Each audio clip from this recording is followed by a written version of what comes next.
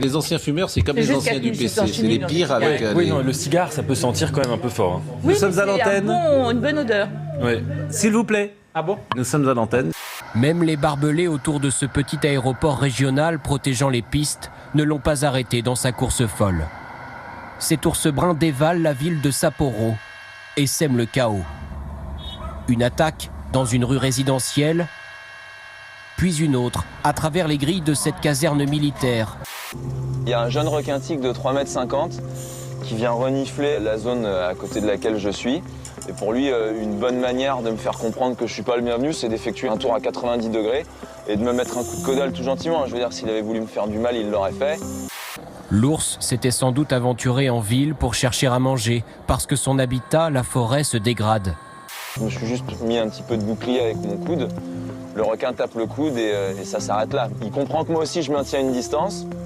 Et j'ai compris que lui, il veut pas que je m'approche et que lui, il doit pas s'approcher de moi plus que ça non plus. C'était cool quand même.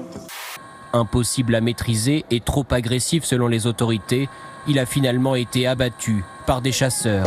Autre conséquence du dérèglement climatique, un hiver trop doux. Les souris continuent de se reproduire par milliers. À la nuit tombée, des hordes de rongeurs envahissent les exploitations. Les agriculteurs désemparés tentent de les freiner par tous les moyens. Ici, un piège de fortune pour les noyer. L'heure a sonné. Les Montpelliérains doivent à nouveau mettre le masque dans la rue. On va le remettre alors. Pourquoi pas le matin? C'est complètement, excusez-moi, mais c'est débile complet. Moi, je le garderai parce que c'est une sécurité. Il y a trop de risques. De risques, exactement. Voilà, si on accélère le rythme et qu'on va de plus en plus vite, on risque de retomber peut-être dans un confinement. Donc pour moi, non. Mais il n'y a pas que dans les grandes villes que cette décision s'applique. À Saint-Guilhem-le-Désert, l'un des plus beaux villages de France qui attire de nombreux touristes, on doit désormais porter le masque tous les jours. On a tendance à mettre le masque naturellement quand il y a du monde. Là, si on n'avait pas été prévenu, on l'aurait pas mis. Clairement, on l'aurait pas mis. Encore, là, voilà.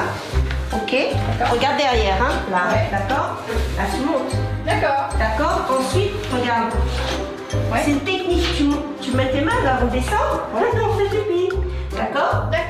Un mort ou un blessé par jour par la police depuis le 1er janvier. Vous voyez, le 7 janvier, un mort. Le 9 janvier, 2 morts, un blessé. Le 9 janvier, encore un tabassé seulement. C'était un arabe, remarqué, on peut quand même rigoler. Vous pouvez pas mettre sur la balance, disons, un policier qui fait son devoir, puisque c'est le terme utilisé, expliquez-moi comment. Et un gangster qui attaque une un banque, policier qui fait son devoir tire toujours sur un arabe en tombant derrière, dans le dos. L'évacuation a été facilitée, selon ce tweet du ministère de l'Intérieur, par la saisie provisoire des matériels utilisés. Sur les photos, le matériel en question y apparaît pour le moins abîmé. Ces images amateurs tournées hier semblent montrer qu'il ne s'agissait pas d'une simple saisie, mais plutôt d'une destruction. Leur but, c'était pas de couper le son, c'était de détruire le son.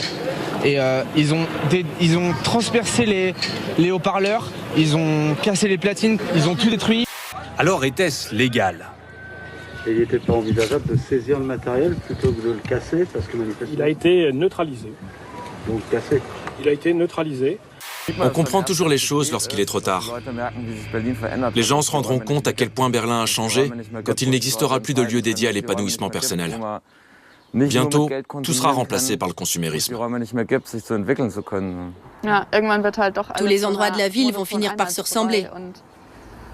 C'est ça que nous voulons ? Le seul cas dans lequel il est possible que du matériel ou des biens soient détruits avant un jugement, c'est sur décision du procureur de la République quand ces biens sont dangereux, nuisibles ou illicites, ce qui n'est absolument pas le cas s'agissant de matériel de sonorisation. On est donc dans une destruction totalement illégale de la part des forces de l'ordre. Vous avez une pièce d'identité sur vous? Comment? Vous avez une pièce d'identité sur vous? Oui, tout à fait. Justement, c'est très bien, on va contrôler tout ça à côté. J'attends comme tout le monde, le président ici. C'est un contrôle d'identité, c'est un contrôle de police, donc vous allez venir avec moi. Si vous refusez d'obtempérer, on vous emmène. C'est pas plus compliqué. C'est un contrôle, tout va bien se passer, vous venez avec moi, c'est tout. De toute façon, je ne fais rien de mal. Justement, je vous ai jamais dit que vous avez fait quelque chose de mal. Je vous demande de nous suivre. C'est pas compliqué, on est de la police. J'irai où tu iras, mon pays sera toi. sirène, tu iras. Qu'importe la place, qu'importe l'endroit. Il n'y a pas question qu'on s'est attaqué, je suis un contrôle de police, c'est pour ça que cette journée n'est pas finie. Non mais t'es en train de négocier avec moi là, t'es en train de négocier avec la police, je vous dis quelque chose les gars, vous suivez pas le truc. Montre-moi là. Là, vous êtes rencontrés les gens. C'est quelque chose, je le filme. Là, il s'est rien passé. Ah voilà. Pourquoi ça a été filmé? J'ai demandé justement, baisse la caméra, tu m'as dit non, t'inquiète, c'est bon. J'ai fait confiance et tu m'as aidé.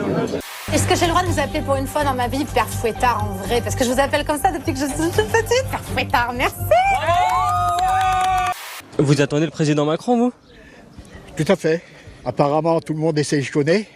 Hein, ce matin, j'ai été interpellé par ces gens parce que j'avais un gilet jaune dans ma poche. Qu'est-ce que vous avez envie de lui dire à Emmanuel Macron aujourd'hui? Je ne sais pas si j'aurai l'occasion de lui parler. Il a tellement méprisé les gilets jaunes. Je suis gilet jaune à la base. Comment voulez-vous qu'on ne soit pas en colère avec tout ce qui se passe? C'est la vie. C'est la vie, c'est le titre. Avec émotion. Il a toujours, vive la vie, vive l'amour, c'est la vie qui vous appelle. Comme l'amour, elle a des ailes, oui, c'est elle qui fait chanter la joie. Quand tout vit et que tout va, en un mot, la vie est belle. Pour vous et pour moi. Merci Charles Trenet. Charles Trenet. Merci Jean. On va terminer là-dessus.